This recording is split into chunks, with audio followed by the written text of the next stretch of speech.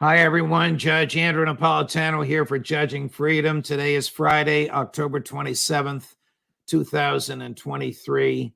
The world-renowned Professor John Mearsheimer from the University of Chicago joins us now. Professor Mearsheimer, it's always a pleasure. I know you've been traveling around the world, and I deeply appreciate your coming to the show upon your return. We missed you, and welcome back. Thank you. I don't think that we have spoken about the Israeli Hamas conflagration, because I don't think it had happened when last we spoke. So I would love to get, and I know the audience would love to hear your views on this.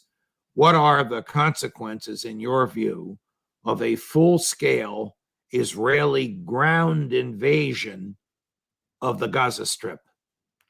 Well, I think, first of all, it'll be disastrous for Israel if that were to happen.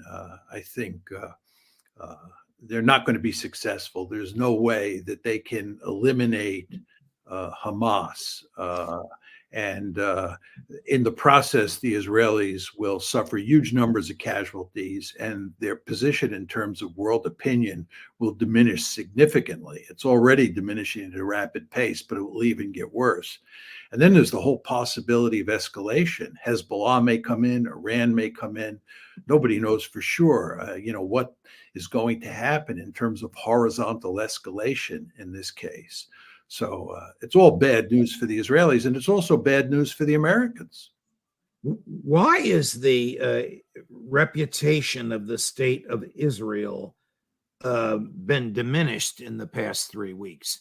I mean, they were the victims of this initial attack. I mean, does this go back to the manner in which the state of Israel was formed in 1947 and 1948? Well, there's three big issues on the table when you talk about Israel's image. One is what happened on October 7th. And there, Israel is in excellent shape because almost everybody in the West and lots of people around the world condemn Hamas for killing all of those Israeli civilians. But the fact is, the focus is not just on what happened on October 7th. What's also up there in bright lights is the question of what provoked Hamas to do this. And then number two, what Israel's response has been to October 7th. And when those two issues are put on the table, the Israelis end up looking very bad, because most people understand that what provoked this was the way the Palestinians, especially the Palestinians in Gaza, have been treated for a long, long time. And then when you talk about the Israeli response, the Israelis like to say that they have a right to defend themselves. Nobody disputes that, but the question is, how do you defend yourselves? And the fact is, the Israelis are killing huge numbers of Palestinians, bombing the place relentlessly, and in the process doing much to wreck their reputation. So this is really what's going on here. What is the mood amongst Islamic peoples and Islamic governments around the world about Israel, about the plight of the Palestinians, about the two-state solution? Well, it appeared before October 7th that the Arab street had really lost interest in the Palestinian cause. And in fact, Arab governments, or Islamic governments, if you want to include countries like Iran, had more or less lost interest in the Palestinian cause. Since October 7th, nobody can make that argument anymore. It's quite clear that both in the street, in the Arab world, and among Arab governments, there is a deep-seated concern for what the Israelis are doing to the Palestinians now. And with regard to the second part of your question, which has to do with the two-state solution, it's very clear that this Israeli government and the preceding Israeli governments have had no interest in a two-state solution and have been deeply committed to creating a greater Israel. What's happened now is the two-state solution, at least rhetorically, is back on the table in really surprising ways. And the Israelis in the years ahead are going to have to grapple with the fact that lots of people, and I would argue this will include American presidents, will be pushing hard to get a two-state solution, because people are going to be looking for a way out of this mess. And the two-state solution is going to appear to be the best way out for a lot of people. Chris, please have ready SOT 1, President Biden on no status quo in the two-state solution. President Biden, and we'll play this clip in a minute, it's just 2 days old. President Biden is risking the animosity of many members of his own Democratic Party when he says the following. Israelis and Palestinians equally deserve to live side by side in safety, dignity, and peace. There's no going back to the status quo as it stood on October the 6th. That means ensuring Hamas can no longer terrorize Israel and use Palestinian civilians as human shields. It also means that when this crisis is over, there has to be a vision of what comes next. And in our view, it has to be a two-state solution. This would require, of course, an entirely new government in Israel, one that did not have Benjamin Netanyahu as the prime minister. Yeah, just a quick word, Judge, on President Biden. If you go back to Jimmy Carter, who was really the first president who pushed hard for a two-state solution, right? There's been no president since Jimmy Carter who has done less to facilitate a two-state solution than Joe Biden. Even George W. Bush, for all of his bellicosity and violence, even he called for a two-state solution. Absolutely. I mean, he understood. Condoleezza Rice understood. They all understood. It's the Biden administration that has paid hardly any attention to the two-state solution. Is this because of an affinity for Netanyahu? Well, I think that the Biden administration and the Netanyahu government thought that they had the Palestinian problem under control, and that therefore it was not necessary to push the two-state solution. You have to understand, and this was implicit in your earlier comment, that if President Biden were to push for a two-state solution, he'd pay a political price for that, because the Israel lobby in this country is deeply committed to supporting the Netanyahu government, and the Netanyahu government has zero interest in a two-state solution. So it made sense from a political point of view for Biden not to push the two-state solution. And also, it looked like Netanyahu could get away without really dealing with the Palestinian problem. But then it blew up in everybody's face on October 7th, and we are really in deep trouble now, both us and the Israelis. Maybe the reasons you just articulated are why Joe Biden said this. SOT 2 on Biden, Chris. Israel has the right, and I would add a responsibility, to respond to the slaughter of their people. But that does not lessen the need to operate in line with the laws of war. There's no question but that Israel is not complying with the laws of war. And as much as personally I disagree with much of what President Biden has done in his years in office, I commend him for saying that. I agree with you, and I agree with him.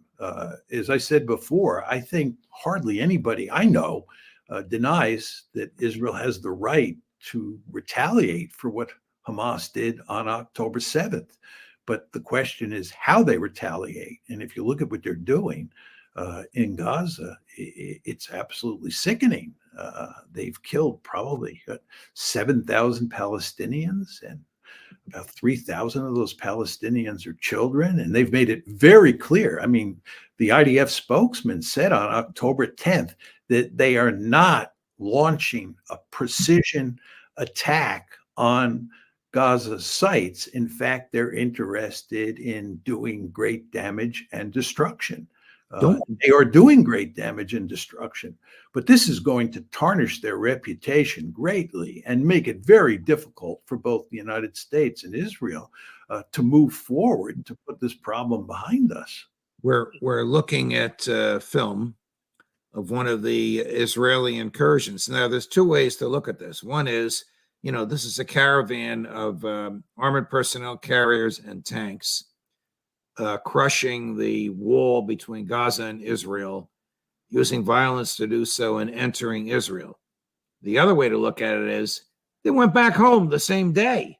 They did not, in fact, yet begin the invasion. It's almost as if Prime Minister Netanyahu believes his longevity in office will be extended by war and will be extended by this. They're going to crush these people, and if innocents die, too bad. But he knows that he's going to have hell to pay if he actually, in the terms of the slaughter of Israeli troops, 2/3 of the Israeli army are reservists that were just called up. They're not trained in guerrilla warfare. He knows, I think, what you said, the outcome could be disastrous for Israel. Yeah, he's between a rock and a hard place for a variety of reasons. First of all, two of the key members of his cabinet, who are former generals, are interested in turning the ground forces loose and invading Gaza. It's Netanyahu who is hesitating. So that means that his political situation inside his own governing coalition is in trouble. But furthermore, if he invades Gaza, the end result is going to be disastrous. There's no way he's going to go in there and easily roll up Hamas. It's just not going to happen. What will the American military do if he invades Gaza? So I want to paint this picture for you. There are 20 ships there, 2 aircraft carriers. One's in the Eastern Mediterranean.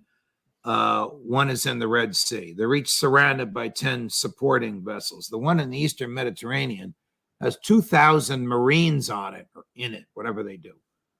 And we know that there are special forces, your former colleagues, West Point graduates, on the ground in Gaza, and they have taken fire. No report about injuries or deaths. Is the American show of power there helpful or hurtful to diminish the conflict? Well, I think that we are mainly there for purposes of deterrence. And when I say that, I think what we're really worried about is horizontal escalation. In other words, we're worried about Hezbollah coming in, Iran coming in, these various militias that are attacking us or attacking American forces in Syria and Iraq, unleashing barrages. That's what we're worried about. And we want to have massive firepower there and troops there to discourage horizontal escalation. I think in terms of actually participating in any meaningful way in an invasion of Gaza, that's not going to happen. I think that President Biden would be crazy to do that. And I think that he'll let the Israelis handle that one, because it'll be really messy. And putting American forces in is not going to help the situation. It's not like we have the magic formula that American forces are more efficient than Israeli forces. The mainstream Israeli forces, train for this sort of operation, not the reservists, but the mainstream forces. But it doesn't matter how well trained you are, as we learned in Iraq. When you go into places like Fallujah, you go into places like Mosul, you go into places like Gaza, it is god-awful bloody, and you don't win a quick and decisive victory. And this will be a huge problem for the Israelis in terms of their own domestic politics and in terms of their reputation internationally. Here's the president of Turkey ranting before the Turkish parliament. They have, as you know, a large and sophisticated military, but it's in Turkish. There are subtitles. I'm going to read the subtitles. He's speaking pretty quickly, and the subtitles come up and go down pretty quickly, but I'll do my best to keep up with them. Here's President Erdogan just about 2 days ago. Israel's attacks on Gaza, both in terms of those who carry them out and in terms of those who support them, are a situation that signify both murderousness and mental illness. We have no problem with the Israeli state, but have never approved and will never approve of the cruelty it is carrying out like an organization instead of a state. In this picture, the tears that Western powers shed for Israel while turning a blind eye to the cruelty in Gaza is nothing but the biggest example of fraud. Hamas is not a terrorist organization, but a liberation group, a group of mujahideen that is fighting to protect its soil and its citizens.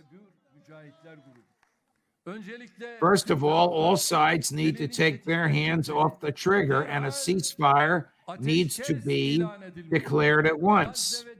Both Israel's attacks on Gaza and other areas need to stop, as well as the missiles fired on Israeli soil. Direct or indirect talks for the release of hostages need to begin, and this issue needs to reach a conclusion rapidly. The Rafah border gate certainly needs to be kept open continuously for humanitarian aid. For the war not to spread, all actors need to be responsible, and forces outside the region need to stop carrying fuel to the fire under the guise of solidarity with Israel. I call on all other nations that have wisdom and a conscience to put pressure on Netanyahu's government for the Israeli state to return to common sense. I would like to remind of the need to not continue these developments with an understanding of the cross against the crescent. What do you make of that? How do you unpack that, Professor Mearsheimer? Well, I think that his rhetoric is a little hot, and he is, I think, a bit too animated in his delivery. But I think that his view is a view that's widely spread, that's widely adopted outside of the United States, Britain, and Israel. I mean, he makes a lot of arguments that I think make sense, and people in the Arab and Islamic world, in the global South more generally, and in Russia and China accept completely. He's interested in stopping the violence right away. And furthermore, he argues that there is a double standard in the West in terms of judging Israeli behavior on one hand and Palestinian behavior on the other hand. I think it's hard to deny that. His comment that Hamas is not a terrorist organization, it's a resistance movement, is an argument that one could legitimately make. I would qualify it by saying, if you want to call it a resistance movement, it's a resistant movement that does apply terrorist tactics. I think that what happened on October 7th should be condemned. I think it was a terrorist attack, but I think that it is clear that what Hamas is doing is resisting Israel's policies towards the Palestinians. So again, you can call it a resistance movement, you can call it a terrorist movement if you want, but it is all about, Hamas is all about resisting the Israelis and sometimes using terrorist tactics against Israel. The Jewish people, the Israelis in Israel, have always had a social compact with the government. And that social compact was that every Israeli's back would be protected by the government. No prime minister in recent years has better personified that. No prime minister has claimed that's the reason you want me as prime minister. No one has advanced that argument more effectively politically than Benjamin Netanyahu. Has that social compact been destroyed from and after what happened on October 7th on Netanyahu's watch? There's absolutely no question that's the case. And I think that once this war comes to an end, when the dust settles, he will be removed from power. I mean, this is analogous to what happened in 1973 when Golda Meir was the prime minister and Moshe Dayan was the minister of defense. Israel, as you remember, in 1973 was the victim of a surprise attack. It was almost as complete a surprise as the October 7th attack was. And immediately after the 1973 war started, the people of Israel, unsurprisingly, rallied around Golda Meir and Moshe Dayan. And the Israelis eventually won a great military victory, both on the Golan Heights against the Syrians and in the Sinai against the Egyptian army. But still, shortly thereafter, both Golda Meir and Moshe Dayan were removed from power and their political careers were over. And I find it hard to imagine that that won't happen to Benjamin Netanyahu. And if you look at the public opinion polls in Israel on what people are thinking about Netanyahu, it looks like, to use a phrase that my mother used to use, his goose is cooked. Whatever happened to Vladimir Zelensky? And what's happening? What's happening in Ukraine while the whole world seems to be focused on Israel and Hamas? Well, I mean, there's no question that Ukraine, which you and I concentrated on greatly over the past year and a half, has been pushed, off the front page. In fact, it's been pushed onto the back page. I think some of that has to do with the fact that not that much is happening in Ukraine. It's quite clear that the counteroffensive, which started on June 4th, has come to an end. It was a colossal failure. And in fact, it was a disaster for Ukraine. But there's no more big offensive. And it's, if anything, the Russians who are now on the offensive in various places along the front lines. But the Russians are not committing themselves to a major offensive at this point in time. So basically, the situation has settled down for the moment. Is Vladimir Putin taking advantage of the Israeli-Hamas clash in some way, diplomatically or below the radar? Oh, diplomatically, he definitely is, as are the Chinese. What Putin has said is that the Americans failed to deal with the Palestinian problem, and this is especially true of Joe Biden. And the reason that we have this war in the Middle East now is because of the failure of American policy. He's in effect making the point that I was making before about the Biden administration and the Palestinian problem. And of course, he's making the case for a two-state solution, and he's making the case for respecting the rights of Palestinians as well as Israeli Jews. And that's an argument that's music to the ears of huge numbers of people around the planet, including many Jews. So I think that Putin is in the catbird seat at this point in time on this particular issue. And it's the Biden administration that's in the deep mud. Professor John Mearsheimer, always a pleasure, sir. Thank you very much for joining us. Hope you can come back next week.